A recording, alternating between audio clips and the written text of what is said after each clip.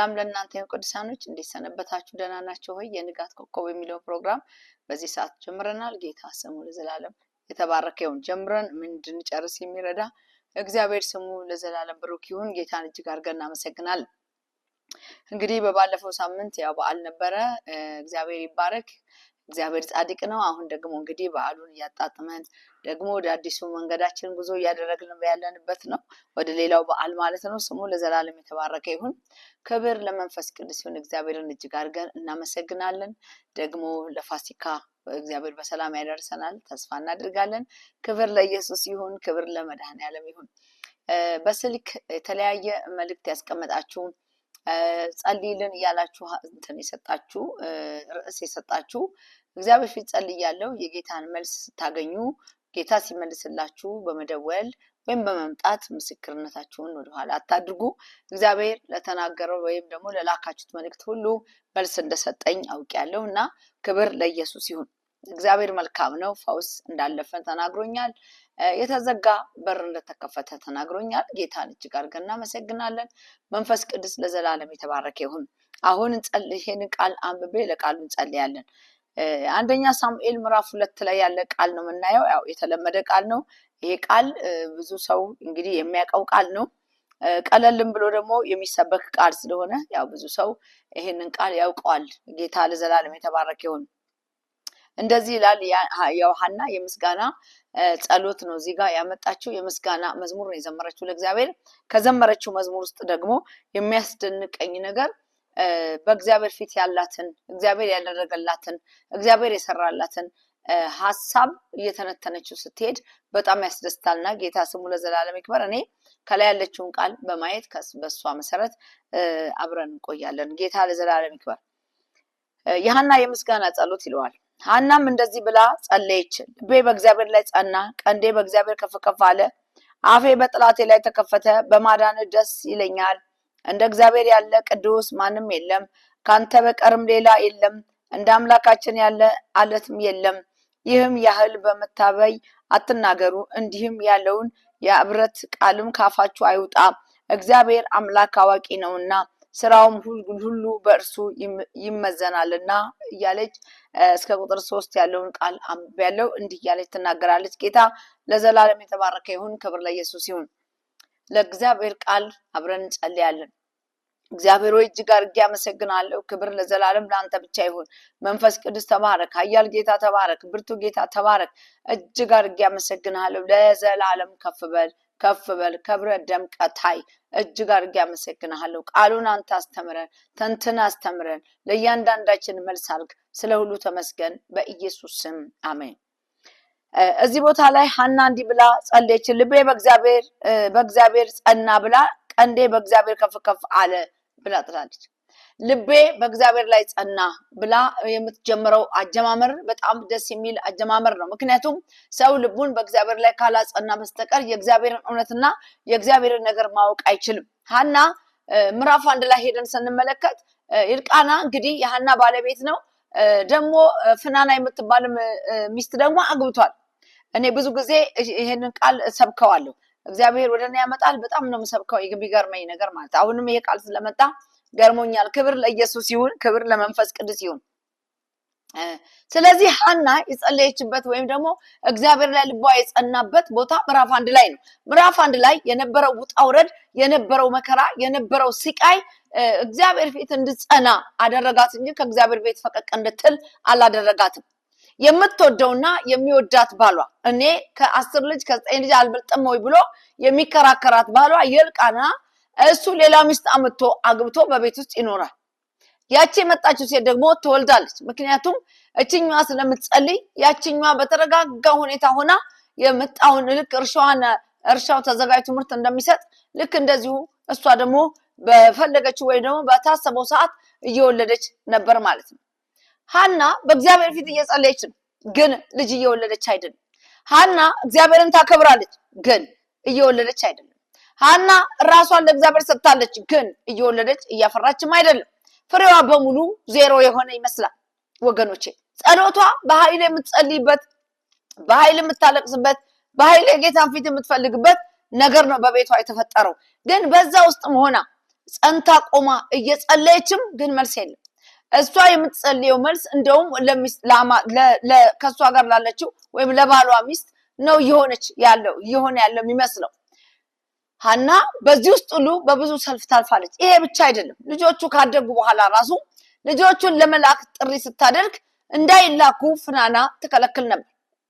የሚገርመው ሐና በጣም የሚወዳት ባሏ፣ በጣም የምትወደው ባል፣ ይሄ ባል ያመጣትን ሴት አሜን ብላ ተቀብላ እየኖረች ነው። ምክንያቱም እሷ ዘር ወይም ደግሞ ልጅ ልትሰጠው ስላልቻለች የመጣውን ተቀብላለች። በተቀበለችበት በዛ በተሰበረው ልቧ ውስጥ ሆና ግን አንድ የጸናችበት ነገር አለ። እግዚአብሔር ላይ ልቤን አጸናዋለች። ልቧ በእግዚአብሔር ላይ የጸና ነበር።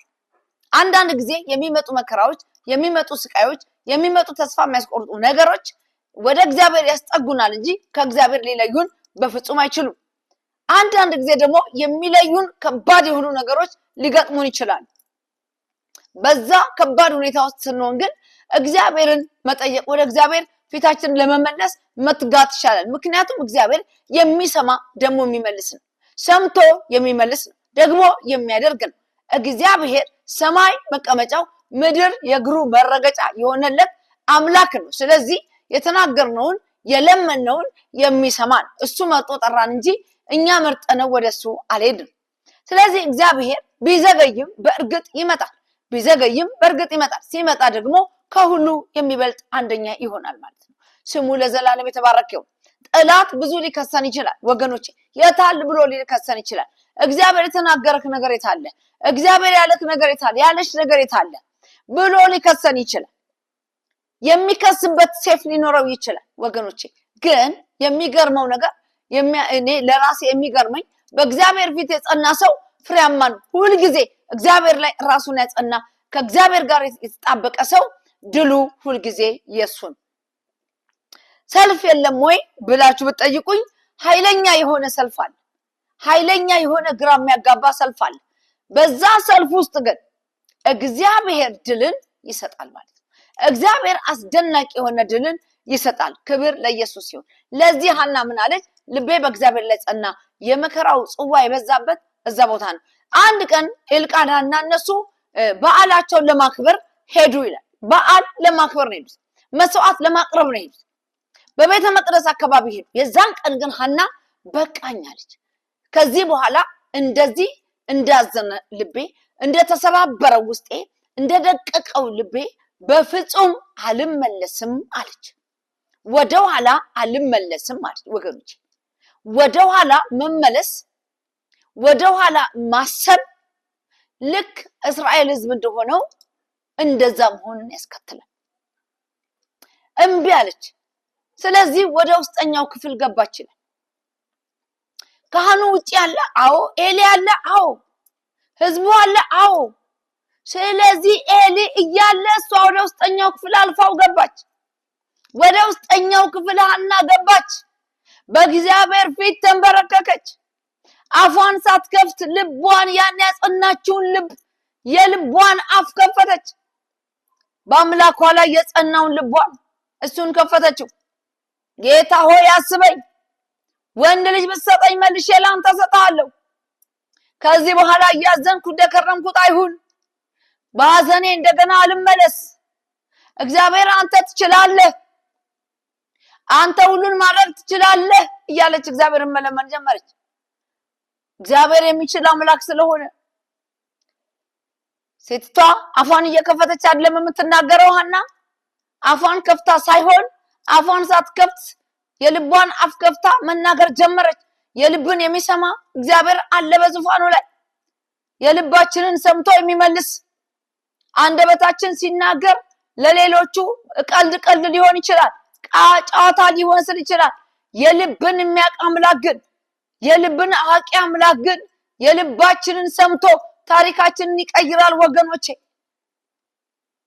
የሐና ነገር እንደዚህ ነው። በንግግሯ የሚሰማት ያከበራትም የለ። አሁን የአፏን በር ዘጋች። የልቧን በር ከፍታ ከአምላኳ ጋር ማውራት ጀመረች። አሁን ፍናናም አታስፈልጋትም፣ ኤልቃናም አያስፈልጉም። የሚያስፈልገው ጌታ ብቻ ነው አለች። የምታስፈልገኝ አንተና ነቀፋዬን ከኔ ላይ አስወግድ። እየነቀፉኝ ያሉትን አንተ ታውቃለህ። ወዳጄ ሆይ ነቀፌታ ከኔ ላይ አስወግዳለች። እግዚአብሔር ደግ ነው ወገኖቼ። እግዚአብሔር ደግ አምላክ ነው። ነቀፌታን የሚያስወግድ እሱ ነው። ብዙ የመረረ ነገር ሊኖር ይችላል፣ ግን ነቀፌታን አስወግዶ እግዚአብሔር ተአምራት ያደርጋል። ክብር ለኢየሱስ ይሁን። ክብር ለመንፈስ ቅዱስ ይሁን። እግዚአብሔር ታማኝ ነው። እግዚአብሔር ጻድቅ ነው። የሚሰራውን ያውቃል ጌታ። እግዚአብሔር ሁሉ ጊዜ ዳኛ ስለሆነ የከፈተችው አከፋፈት የሚገርም ስለነበር የእግዚአብሔር የሷን ድምጽ ሰማ። ድምጿን እየሰማ እግዚአብሔር መልስ እየመለሰ ባለበት ኤልቃና አንድ ነገር አለ። ይቅርታ ኤሊ አንድ ነገር አለ። አንቺ ሴት ስካርሽ እስከመቼ ነው? እስከመቼ ድረስ ነው በእንደዚህ የምትቀጥይው አላት። ኤሊ የሚያውቀው በቤተ መቅደስ ውስጥ ሆነ ውጪ ሆነ የእስራኤል ሕዝብ በሞላ እየሰከረ ነው። ስካር ደግሞ ከእግዚአብሔር ክብር የሚያስወጣ ነው። ስካር ደግሞ እግዚአብሔርን የሚያስረሳ ነው። ስካር ደግሞ የራስን ፍቃድ ብቻ የሚያስደርግ ነው። ከዚህ የተነሳ ቤተ መቅደስ ውስጥ እጅግ ብዙ ኃጢአት ይከናወን ነበር። ቤተ መቅደስ ውስጥ ዝሙት አለ። ዝሙት ይሰራ ነበር። ባል የሌላቸውን ሴቶች እያጠመዱ በቤተ መቅደስ ውስጥ ይገናኟቸው ነበር። ኤሊ የሚያውቀው ይሄንን ነው። የእግዚአብሔር የሆነውን ነገር የኔ ነው፣ ይሄ የኔ ነው፣ አንደኛው የኔ ነው እያሉ በእግዚአብሔር ነገር ላይ የሚፈራረቁ ሰዎችን ነው የሚያውቀው። ይሄ ደግሞ ከስካር የተነሳ የሚመጣ ነበር። ስካር የሚያመጣው ውርደት ነው። ውርደት ቀስ እያደረገ ወደ ሞት ነው የሚወስደው። እነዚህ ሰዎች በእንደዚህ ነው የተካኑት። ስለዚህ ኤሊ የሚያውቀው ነገር ይሄንን ብቻ ነው። ይሄንን ብቻ ስለሚያውቅ ኤሊ ያደረገው አንድ ነገር ነው። እስከ መቼ ነው ሰክረሽ ቤተ መቅደስ ውስጥ ያለሽው ብሎ ነው የጠየቃት። እሷ ግን አይ ጌታዬ ያለች፣ አንተ እንደምትላት አይነት ሴት አይደለሁም፣ ልቤ ያዘነብኝ ሴት ነኝ አለችው። ልቤ የወረደ እጸልያለሁ መልስ የሌለ የሚጨበጥ ነገር ወደኔ ያልመጣ ሐዘኔን እግዚአብሔር ቢሰማ ብዬ ነው ያለች ይመስለኛል። ምንም አይነት መልስ ወደ ሐና አልመጣም እስከዛ ሰዓት ድረስ። ትታው እንዳትሄድ ባሏን ተወደዋለች። ሕጋቸውም ደግሞ ይፈቅዳል። በዛ ዘመን የነበረው ሕግ ይፈቅዳል። ስለዚህ ያንን ሕግ ነው በኢትዮጵያ ውስጥ እንደውም በተለያየ ሃይማኖት ውስጥ የሚያራምዱት የእንደዚህ አይነት የተመሳሰሉ ሕጎች የነበሩትን ነው። ሐና በዚህ ውስጥ ሁሉ እያለፈች ግን እግዚአብሔርን በልቧ ተጠብቀው ነበር። ልቧ ላይ የጸናው ጌታ ብቻ ነበር ወገኖቼ። የጌታ ሐሳብ ነው። ከዛ ሰዓት ጀምሮ እንደዚህ ብሎ ተናገረ ኤሊ። አሁን ለእግዚአብሔር ልመናሽን ይስማ ብሎ ባርኮ ለቀቃት። ስለዚህ ተባርካ ሄደች ወደ ቤቷ። ከዛን ቀን ጀምሮ አይኗ ላይ እንባ አልታየም ይላል እግዚአብሔር ቃል። ኤልቃና አወቃት፣ ሳሙኤልም ተረገዘ ይላል። ኤልቃና አወቃት። ኤልቃና ለምንድን ነው እስከዛሬ አላወቃትም ወይ? ኤልቃና አብሯት አልነበረም ወይ? ነበረ።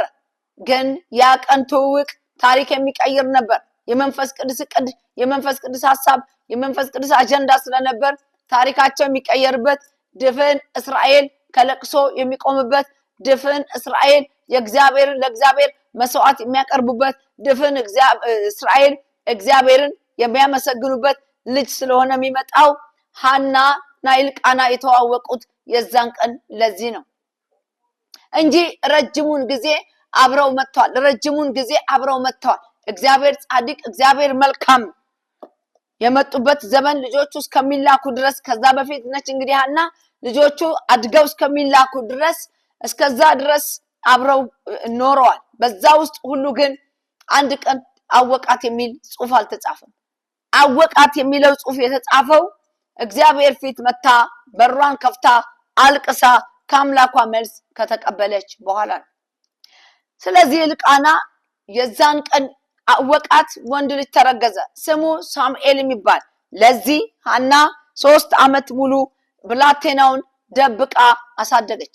ብላቴናው ጡት እስከሚተው ድረስ ለእግዚአብሔር ቃል እንደገባችለት ልክ እንደዛው ጡት አቁሞ ወደ እሷ ሲመጣ ሲያድግ ያደረገችው ቀጥታ ወደ ቤተ መቅደስ ይዛ መምጣት ነው።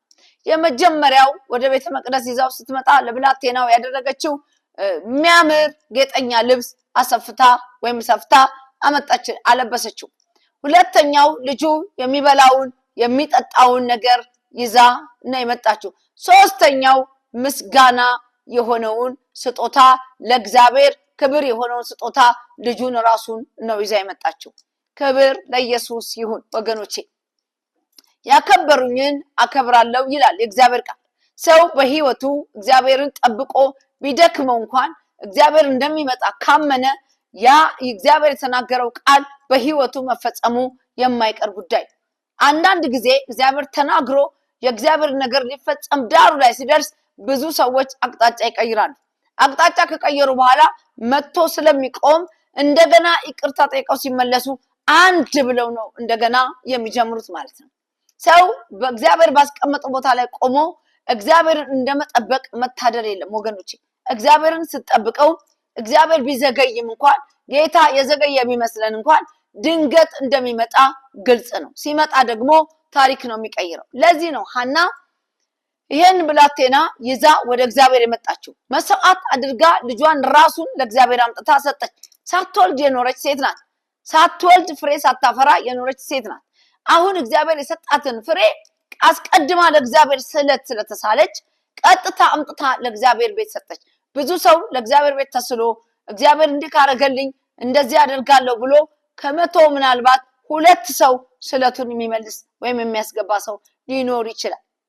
ብዙ ሰው ለእግዚአብሔር ፊት ተናግሮ እንደዚህ አደርጋለሁ እንዲያደርጋለሁ ብለው ትተው ይሄዳል። አንድ ጊዜ እኛ ቤተ መቅደስ ውስጥ አንድ ወንድም መጥቶ ድምጽ ያስተጋባል ብሎ ቤተክርስቲያን ውስጥ ነገረኝ።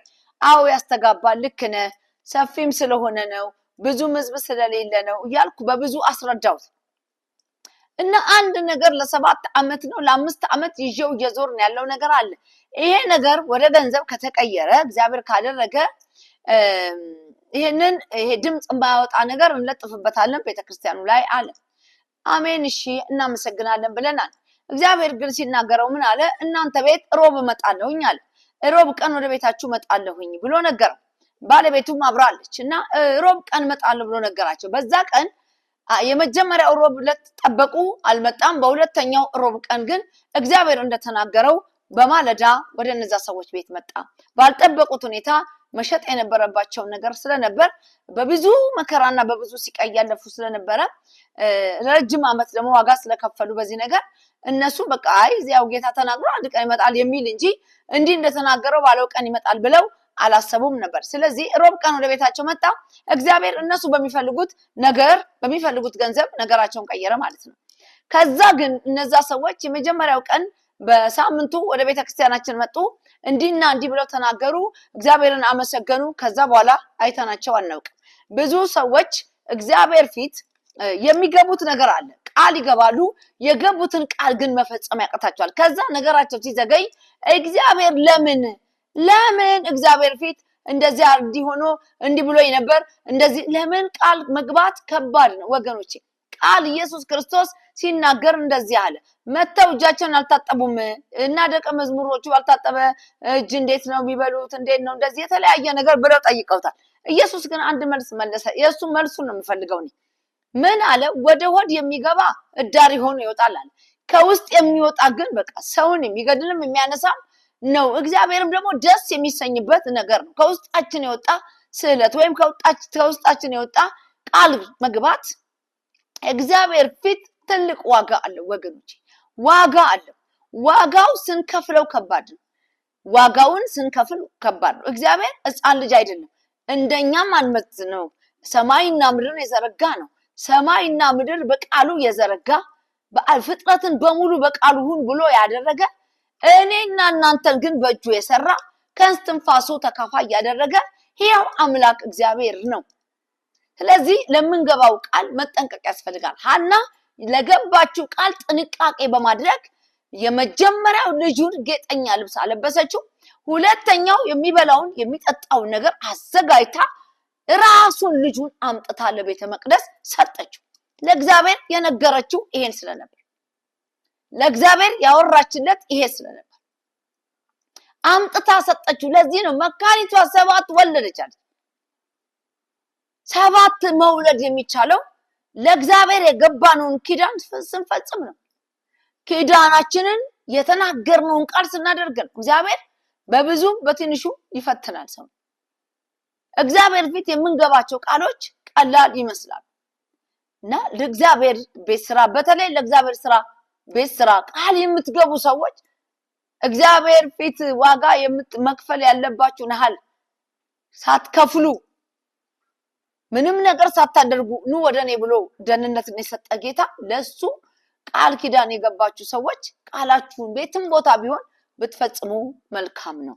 እግዚአብሔር ደስ የሚለው እሱን ስለሆነ ለዚህ ነው እንግዲህ ሐና እንዴት ብላ ተናገረች? ልቤ በእግዚአብሔር ላይ ጸናለችና ቀንዴ በእግዚአብሔር ከፍ ከፍ አለ፣ አፌ በጥላቴ ላይ ተከፈተ አለች።